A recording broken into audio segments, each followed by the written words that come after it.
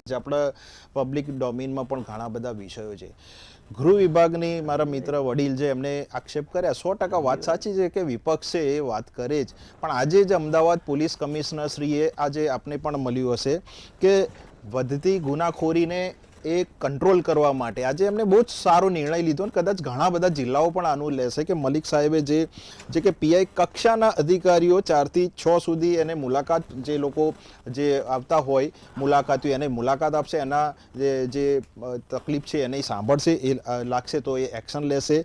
6 થી 9 સુધી વિસ્તારમાં પેટ્રોલિંગ, વાહન ચેકિંગ કરવું પડશે. આ આખો એમનો પરિપત્ર આવ્યો છે, અને રાતે 9 થી 12 દરેક પોલીસ સ્ટેશનમાં પીઆઈ હાજર રહેશે.